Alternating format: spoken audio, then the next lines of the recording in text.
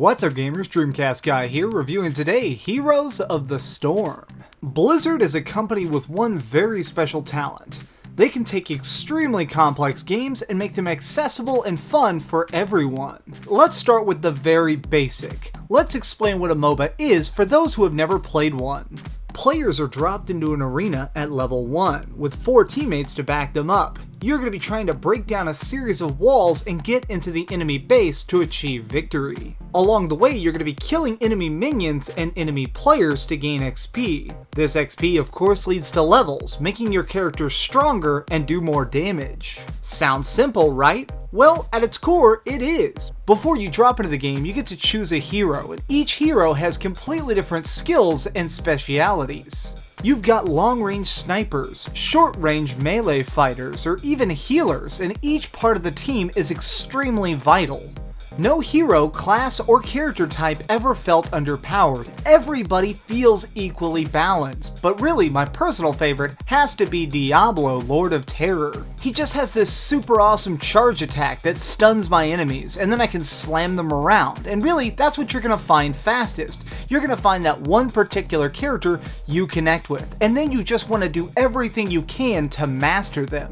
If I had to sum this game up in a single sentence, that's what it'd be. Fun to play, hard to master. Each layer of this game just seems more and more complex. As soon as you think you've got the hang of a certain map or character, suddenly you're going to discover an all new thing you can do, something extra you'd never even thought of. Games are extremely fast, usually averaging between 12 and 15 minutes.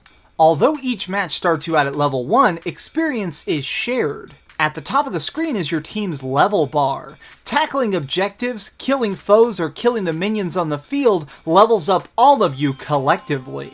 This small gameplay change actually affects how this MOBA operates in a very interesting way. Since everyone is gaining experience evenly, you're no longer feeling as hungry for the kills. Instead, you don't mind retreating. If some other teammate's able to finish off a hero, you don't feel like you've lost out. Instead, teamwork feels a lot more vital. Because of this, I actually enjoyed playing a healer for the first time ever in a MOBA. I knew my potions being flung around would help the team dramatically, and I myself would win because of it. The wide range of heroes coming together from the entire Blizzard universe meshed together nicely.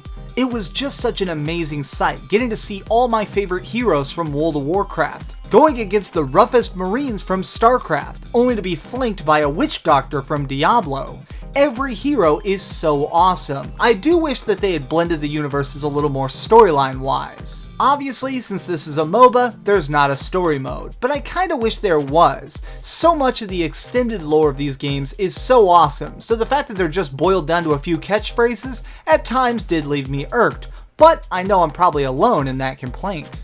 Along with all this great gameplay, we also have 7 awesome maps to fight on. For example, this map here is called Haunted Mines, and what makes it special is the giant network of tunnels that's underneath it. If you go inside the mine shaft, you can fight all these different monsters that are wandering around down there. Each time you kill one, they drop skulls. Collect enough skulls and you'll even start summoning your own zombies on the map, giving you an extra edge against the opponent.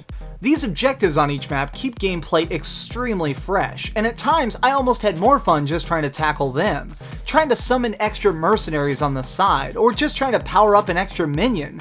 All of that kept gameplay fast, fluid, and different every single time. One of the major drawbacks of this game though is when the leveling system seems to be working against you. Sharing XP works fantastic overall, but if the enemy team starts to get a level or 3 ahead, you're pretty much screwed.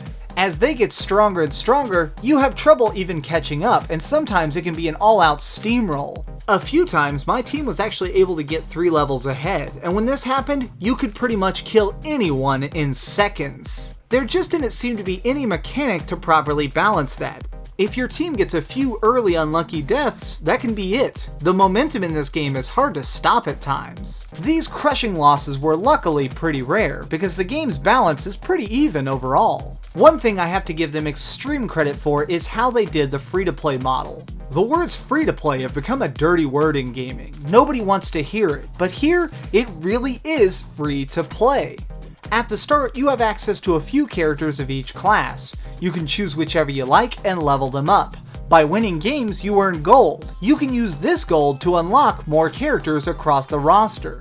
If you get tired of waiting, you can spend real money to unlock the extra characters, or use real money to unlock extra skins, but none of it is mandatory. This is the way free-to-play should always be done. Your level of investment is what you want. Nothing ever felt forced, gameplay always felt dead on, and really, I had so much fun with it. I do think some League of Legends fans won't care for this game, mostly because they removed the item system. No longer will you be able to level up items on maps. In this game, everything is streamlined, everything is about speed. Everything is towards the one goal of getting to the enemy base and destroying their nexus. Nothing in this game slows down, everything is full blast towards the goal. Alright, so we've heard some good and we've heard some bad, but let's head over to the ratings board and put a big number on it. I am giving Heroes of the Storm an 8 out of 10.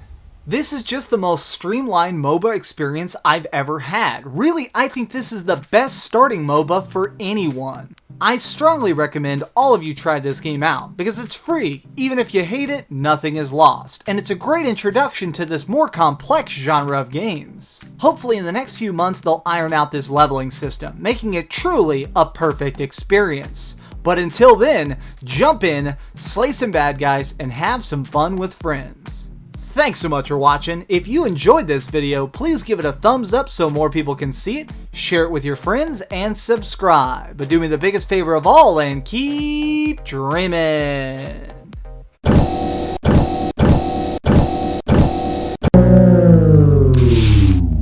Thanks so much for watching. If you liked this video, maybe check out my last video. Please subscribe, and if you want, share this somewhere with your friends.